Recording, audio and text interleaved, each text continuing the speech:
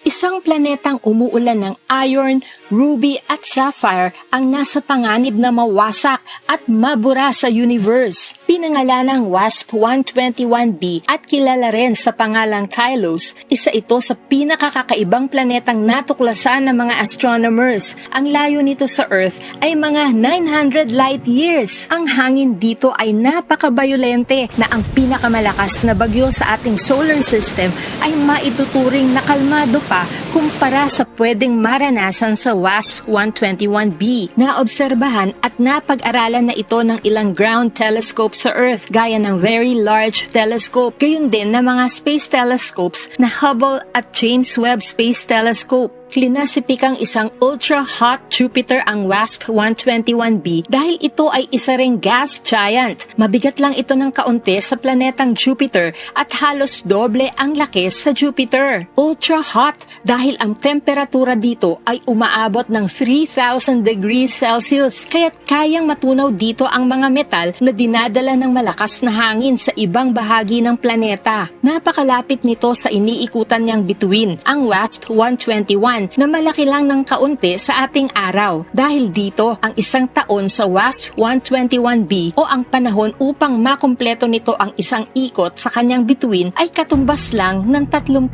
oras dito sa Earth. Isa pang epekto ng sobrang lapit ng planeta sa bituin ay ang kakatuwang anyo nito na parang football. Hinihila ng matinding puwersa ng gravity ng bituin ang planeta kung kaya't nadedeporma ito at mas nagiging oblong kaysa pabilog. Ang Hubble Space Telescope mismo ang nagkumpirma dito. Dahil din sa lapit nito sa bituin, ito ay tidally locked. Ibig sabihin, isang panig lang ng planeta ang permanenteng nakaharap sa bituin o permanenteng araw. Ito yung may sobrang init na temperatura na aabot sa 3,000 degrees Celsius at ang kabilang panig ay permanenteng nakatalikod sa bituin o permanenteng gabi. Ito yung may mas malamig na panig na may temperaturang aabot sa 1,500 degrees Celsius. Sobrang napakainit pa rin kumpara sa Earth. Sa sobrang init sa panig na nakaharap sa bituin, ang mga metal gaya ng aluminum at iron ay kayang maging gas o metal vapor. Dinadala ng malalakas na hangin ang gas na ito sa mas malamig na panig. Dito ay nagko-condense ang metal vapor sa mga ulap kapag humalo ito sa ibang elements gaya ng chromium o titanium na nadetect na mayroon nga sa planeta. Nakakabuo ito ng mga material gaya ng ruby at sapphire sa likidong anyo. Kaya't ang ulan sa WASP-121b ay parang mga precious gems ng iron, ruby at sapphire. Bagamat nakadetect ng tubig sa atmosphere ng planeta, ang mga water molecules ay naghihiwa-hiwalay lang dahil nga sa sobrang init dito. Ang WASP-121b ay nadiskubre noong 2016 ng isang team ng mga astronomers na nagtatrabaho sa ilalim ng proyektong Wide Angle Search for Planets o WASP. Ang kanilang pamamaraan o technique upang ma-detect ang planeta ay ang transit method, kung saan bahagyang dumidilim ang bituin kapag dumadaan sa harap nito ang planeta. May isang nakakalungkot na posibleng mangyari sa WASP-121b. Dahil sa lapit nito sa kanyang bituin, maaaring mangyari ang tinatawag na tidal disruption, kung saan ang hila ng gravity ng bituin sa panig ng planetang nakaharap dito ay magiging mas malakas kaysa sa hila ng gravity ng planeta mismo papasok sa kanyang pinakasentro. Pwede natin itong ma-imagine na parang goma na hinihila sa magkabilang dulo hanggang sa mapigtas na lang ito.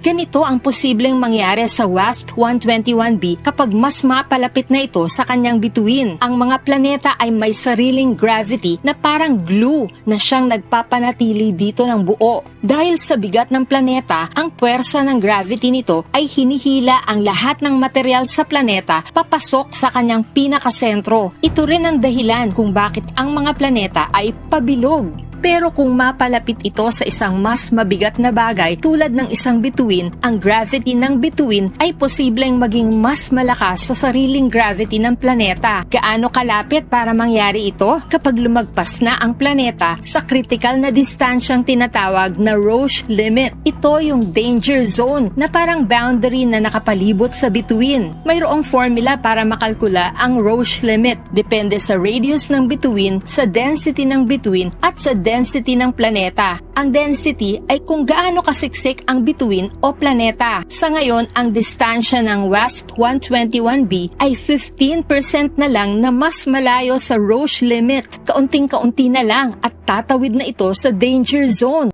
Katunayan, ang atmosphere ng WASP-121b ay umaabot na sa Roche limit. Ito ay dahil ang labis na init sa planeta ay pinapalawak ang atmosphere na parang lobong hinihipan. Ang pinalawak o extension ng atmosphere ang siyang natatangay na ng gravity ng bituin. Nakumpirma ng mga telescopes na tumatagas na ang helium at hydrogen mula atmosphere palabas sa space. Ang helium ay tumatagas sa bilis na mga 5.4 trillion grams per second, kaya nakakalikha ito ng parang buntot ng kometa. Unti-unti na ngang nababakbak ang atmosphere ng WASP-121b at nahihila ng bituin. Pwede natin itong maikumpara sa isang bola ng snow na hawak natin malapit sa apoy. Ang bandang labas ng snowball ay natutunaw na habang ang gitnang loob nito ay solid pa rin, pansamantala. Habang napapalapit ang snowball sa apoy, mas mabilis itong natutunaw. Parang ganito rin ang atmosphere ng WASP-121b na natutunaw na dahil sa init at gravity ng bituin.